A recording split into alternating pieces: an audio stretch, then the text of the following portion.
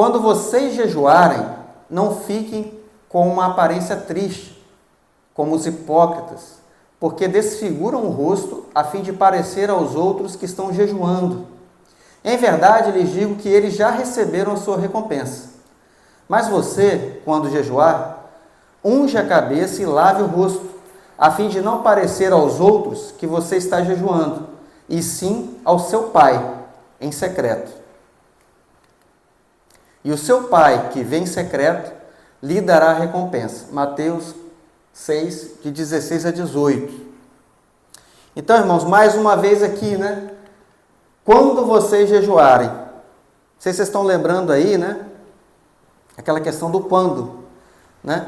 Ele não está falando assim, se você jejuar, se porventura você deu na sua cabeça de jejuar algum dia, não, é quando, porque é uma prática que é esperada dos discípulos de Jesus. Ele já espera que todos nós venhamos praticar o jejum. E também ele fala, olha eu avançando aqui à toa, ele fala também da gente não ficar com aquela aparência triste, não querendo, dá aquela vontade, né? Caramba, eu estou me esforçando aqui, cara, estou fazendo aquele jejum pesado, eu resisti àquele bolo de chocolate, eu tenho que contar para alguém. Resiste, irmão, eu sei que é difícil, mas resiste, porque se você resistir, a sua recompensa vai estar nele, né? Então, a gente não tem que fazer na frente dos outros, mesma regrinha da esmola, né? Bom, vamos guardar isso em secreto, e o Pai que vem em secreto vai nos recompensar, beleza? Então, mas o que é um jejum bíblico, né?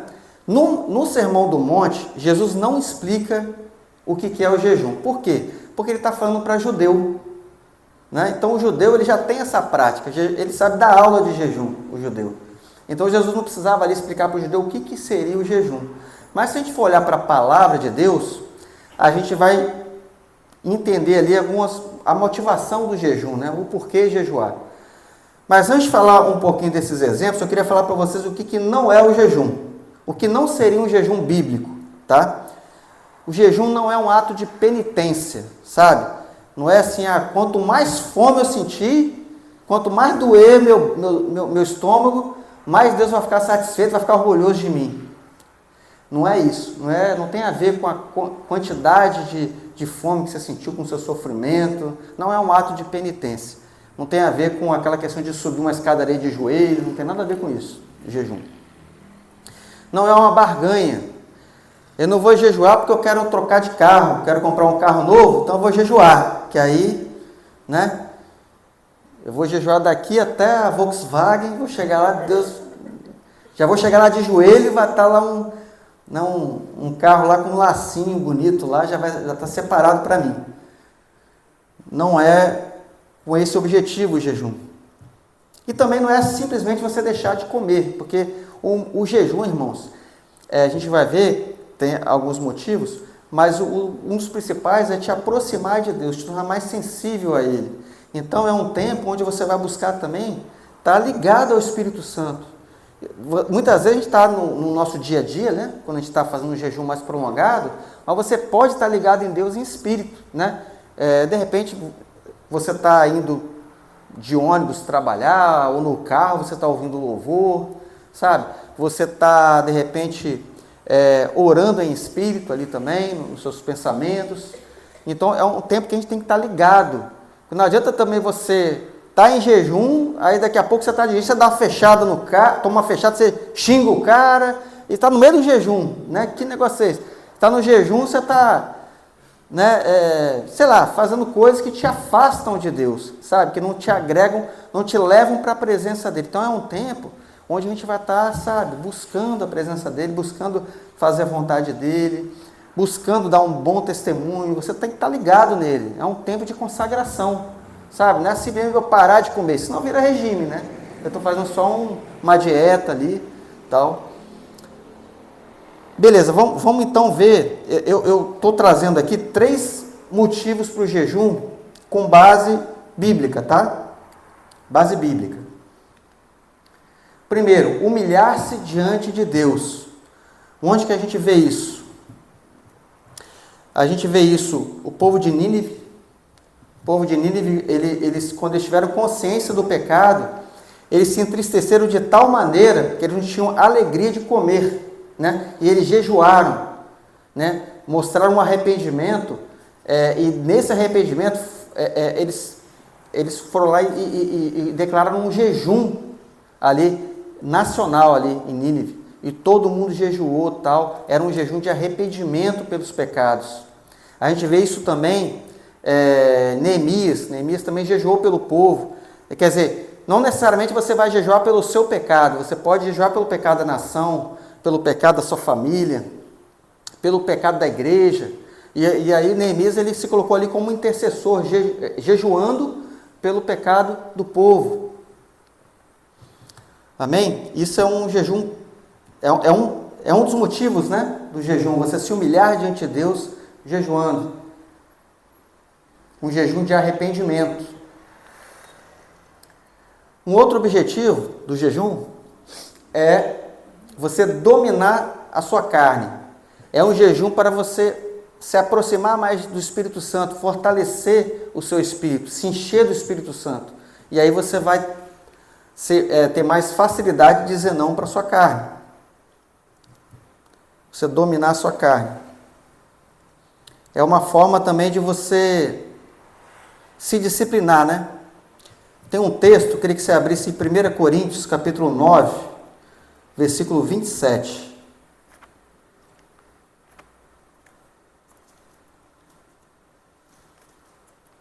1 Coríntios, capítulo 9, versículo 27.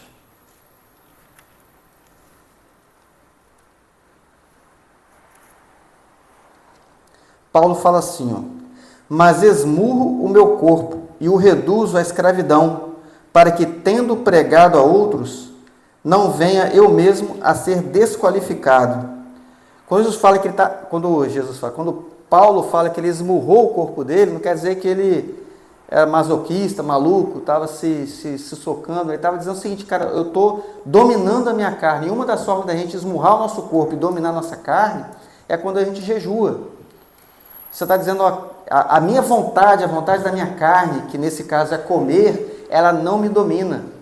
E você vai estar fortalecendo o seu espírito nesse tempo de jejum. É uma forma de você dizer quem é que manda ali, né?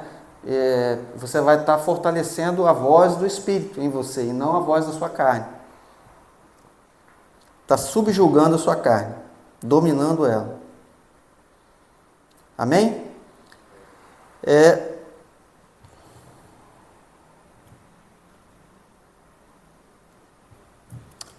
Um outro motivo,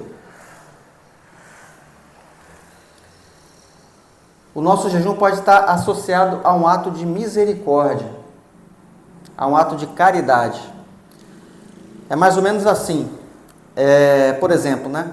Você está em jejum, aí aquela pizza que você ia comer de noite, você não come a pizza. Só que além de você não comer a pizza, você pega aquela grana da pizza, compra uma pizza e você está sabendo que o irmão de repente está desempregado ou está passando por um momento difícil. Você vai lá e pede o iFood para entregar a pizza na casa do irmão. Fala, não, estou mandando a pizza para você ir. Eu sabia que ia surgir alguns candidatos aqui. Eu sabia que essa palavra ia tocar em corações aqui essa noite.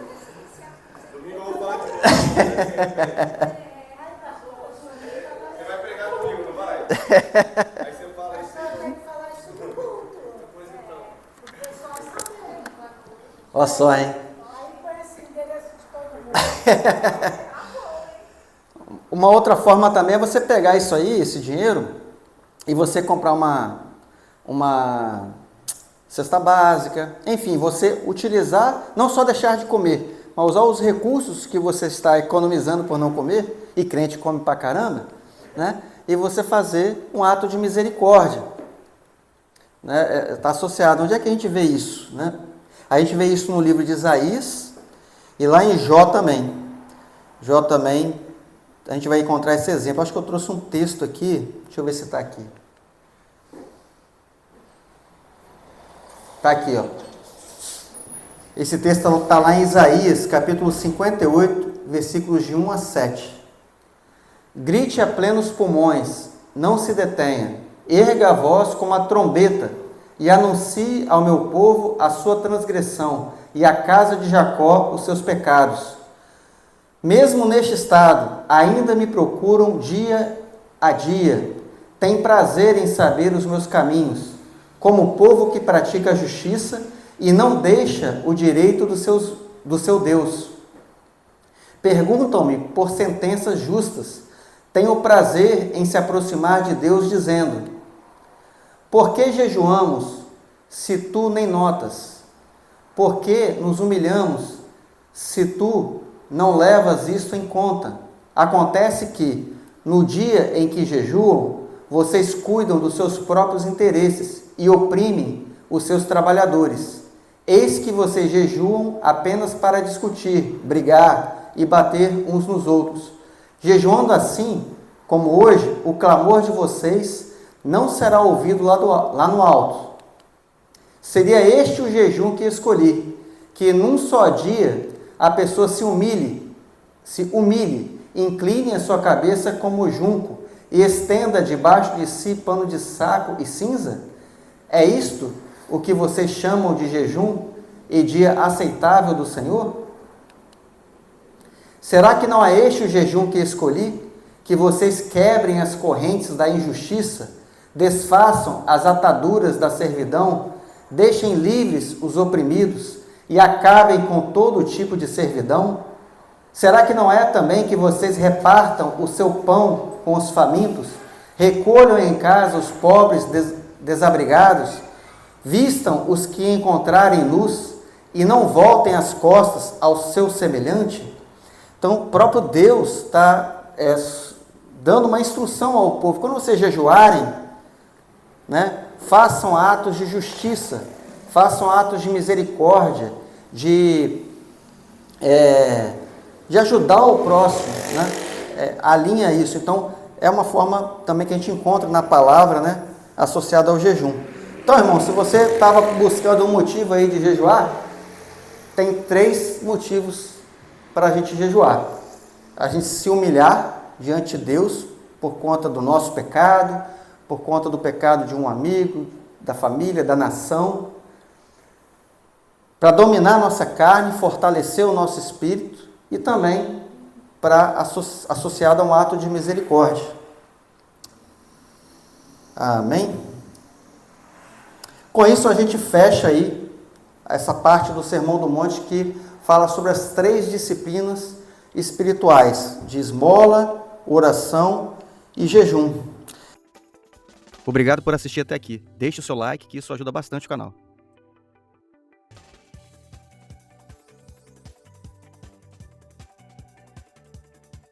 Se inscreve no canal para não perder os próximos vídeos. Deus te abençoe. Até lá.